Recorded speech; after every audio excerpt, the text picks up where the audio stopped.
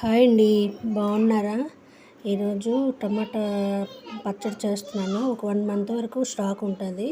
Simple అనమాట. Simple అంటే ఈజీగా చేసుకోవచ్చు ఇంట్లో ఉన్న ఇంగ్రీడియంట్స్తోనే. పెద్దగా ఏమీ అవసరం ఉండదు. జస్ట్ అలా చేసేసుకోవడమే.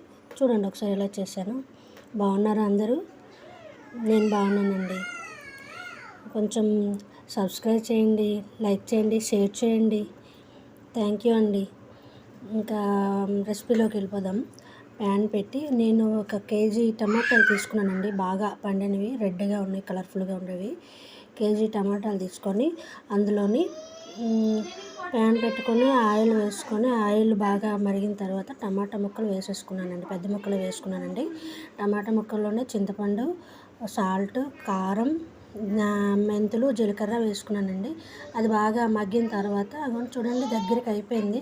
అలాగా ఒక సిమ్లోనే అలాగా పెట్టేయాలండి, చిన్న ఫ్లేమ్లో. ఒక 10 నిమిషాలు వరకు పెట్టేయాలి. మధ్య మధ్యలోని కలుపుకుంటూ ఉండాలి, లేకుంటే కిందన మాడిపోతూ ఉంటుంది.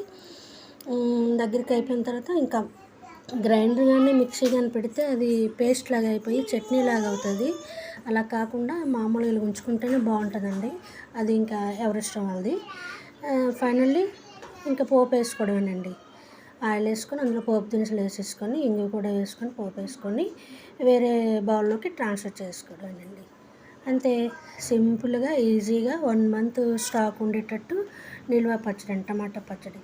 చాలా బాగుంటుంది. టామరిన్ మాత్రం మన టేస్ట్కి సరిపడ్డగా వేసుకోవాలండి. ఎక్కువైనా కానీ పులుపు అయిపోతుంది. టమాటాలు ఆల్రెడీ పుల్లగా ఉంటాయి కాబట్టి ఎక్కువ పులుపు కాకుండా టామరిన్ సరిపడ్డగా చూసి వేసుకోవాలి, ఎవరికి ఎంత సరిపడుతుంది అన్నట్టు. నేను అన్నీ నాకు అజ్జన అంటారు కదా, అలా వేసేస్తాను కానీ ఇంత కొలతలని పెట్టుకోనండి. ఎప్పటికప్పుడు ఇలా చేసుకుంటానండి టమాటా పచ్చడి. నచ్చితే లైక్ చేయండి, షేర్ చేయండి, సబ్స్క్రైబ్ చేయండి. Bye bye. Thank you.